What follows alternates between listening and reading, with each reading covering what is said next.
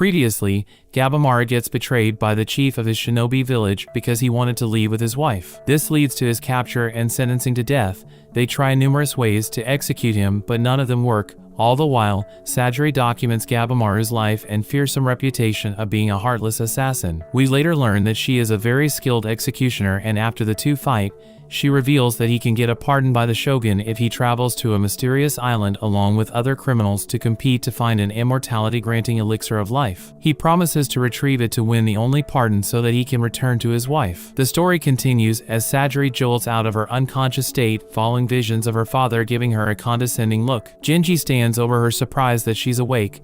She's disorientated as she asks about their location and what happened to her. He informs her that they're in a cavern on the island. The area is safe for now because he doesn't sense any monsters or insects in their vicinity. Genji continues the update, informing her that she was poisoned by the butterfly's scales and lost consciousness. She gets up, but the senior advises that she shouldn't be moving around yet. But Sajiri is adamant that she mustn't take her eyes off her prisoner. She exits the cave and is surprised to see a shirtless Gabamara mixing some ingredients in a makeshift mortar and pestle. He's subdued in his relief that she's awake. Senta is also happy to see that she's up and asks how she's feeling. All the while, Yuzuriha chills in the background in a hammock and Sajiri is a little confused with the family camping vibe going on. Gabamaru informs her that he's preparing dinner while Senta discloses that he's mending their torn clothes. Yuzuriha adds that she's supervising. She reminds her fellow prisoner of his own words that they were short on time. He still feels that way but now sees that there may be more pressing matters that needs attending to first. Now that Sajiri is awake, Senta suggests they have a meeting to recap what they know thus far while enjoying the food that Gabamara has made. Yuzuriha jumps down excited to get food, but her happiness is short-lived when she realizes that he made ninja struggle food. The lady expresses her frustration as she was expecting a proper meal. Gabamaru explains that he made them using local produce. What a sustainable chef. As they head inside the cavern, he reveals that while he was gathering the ingredients, he scouted the island, but he didn't see anything promising when it comes to the elixir. However, they still don't know what the whole island looks like, so he will still keep his reservations. Yuzuriha is suspicious, thinking that he might know more about the elixir, which he does, but he lies, saying he's basing it on the drawings they were given. Gabamaru adds that he noticed that plant species are mixed, but most of them are also found on the mainland. But there were a few unfamiliar ones.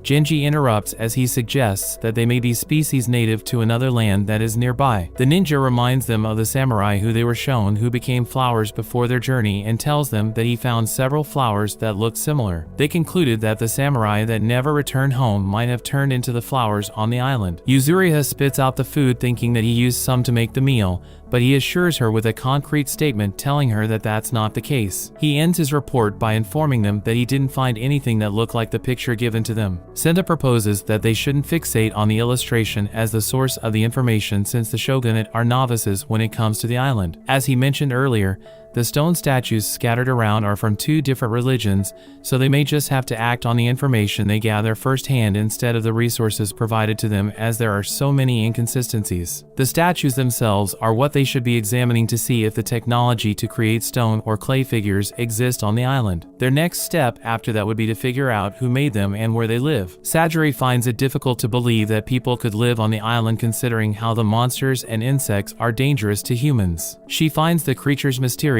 because she noticed while cutting them that they don't have reproductive organs. There is a theme in their strange appearance in that they have animal parts stacked on top of humanoid forms. Senta also noticed that the items worn by the monsters are poorly made.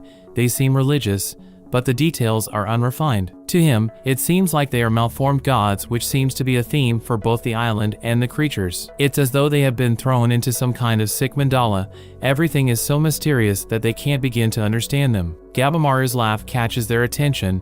With an unhinged look on his face, he comments that creatures living without organs only points to immortality. It is promising to see evidence that shows that the elixir of life might be on the island. If that is the case, their pardon is also attainable. Finding out where and how the monsters live might be their best bet in gathering more clues. Later that evening, Genji joins Sajiri and advises her to go back to the mainland and he will assume her responsibilities. She is the daughter of the Yamada clan first and a samurai second. As a woman, she must marry and birth the next generation. In her current condition, he feels like she will not make it out alive even though she's excellent with a sword and a competent executioner. Furthermore, she's not battle-tested. Genji doesn't even believe she could end Gabimaru if the need arose. Senda interjects, commenting if it would even be easy to return since most of the samurai sent to the island don't come back. Things jump to Executioner Tenza, who is currently trying to escape the island with Narugai through the fog. His prisoner watches on, calling him stupid because he's not reading the currents. With his consistent brute forcing, he will just exhaust himself. Tenza is not the sharpest tool in the box, so he's finding her comments informative. He wonders if that is the wisdom of her Sanka tribe. She reveals that it was her grandpa that taught her. He always instructed to reduce inefficiency. Narugai points out that even if they manage to leave, she will be executed because she doesn't have the elixir. Tenza assures her that he will talk to the shogunate on her behalf. He promises that he'll have her home safe. Out of all the criminals involved, he feels like she deserves to live the most. His comment resonates with her a little. He stops his waffling when he sees what he thinks is the main ship, but when they get closer it dawns on them that it's a ship graveyard full of vessels that attempted to leave the island. Some of the monsters begin to emerge from the water.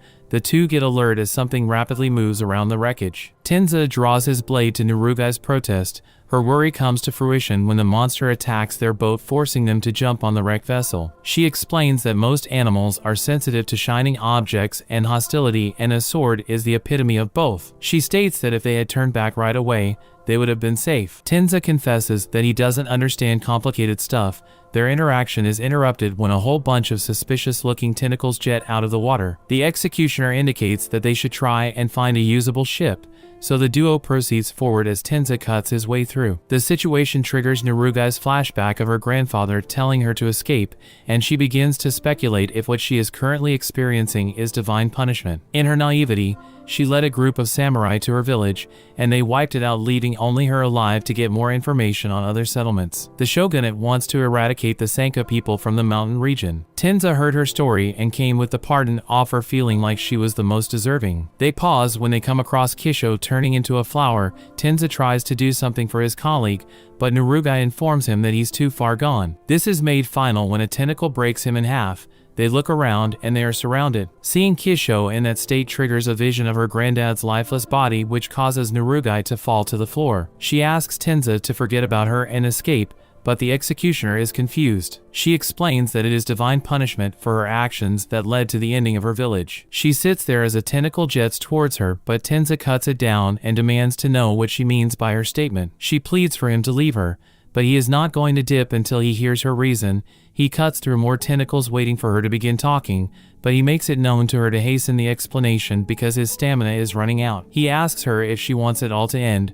With tears in her eyes, she tells him that she wants to get back to the mountain. So Tenza throws his second blade for her to use.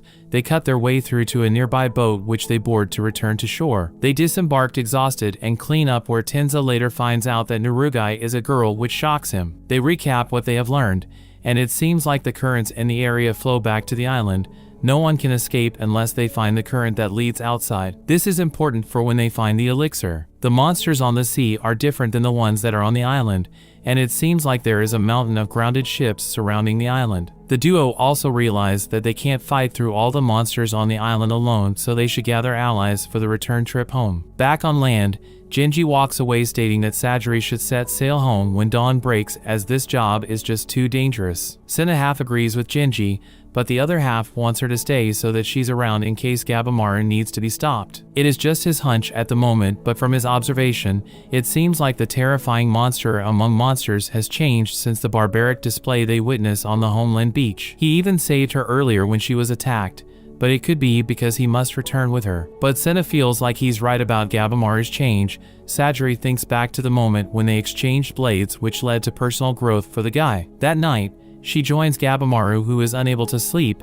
He does a wellness check, which surprises Sajiri given the ninja's nature. He feels a little guilty because it was the wound he gave her that caused the insect's poison to act so quickly on her. She now understands the full context of his earlier statement. He relaxed because she was injured. Gabimaru also opens up, stating that she was the one that calmed him down and strengthened his resolve. He now sees that rushing in randomly is dangerous. If his old clan members are coming for him, it would be better to prepare a counterattack. He has decided that he wants to live a long life with his wife, so he will not run from those that want to get in his way and plans to face them head on. After hearing his little speech, she calls him strong, but he tells her that she's stronger than him. He can't put his finger on it, but it is practical strength. He is surprised at her surprise, but leaves her with a saying from his village which emphasizes going through experiences to get a sense of how strong one is. All this talk no jutsu resonates with her. The following day, she gives a speech before telling Genji that she's not heading back. Genji becomes irate, so he tries to intimidate her by swinging his sword at her,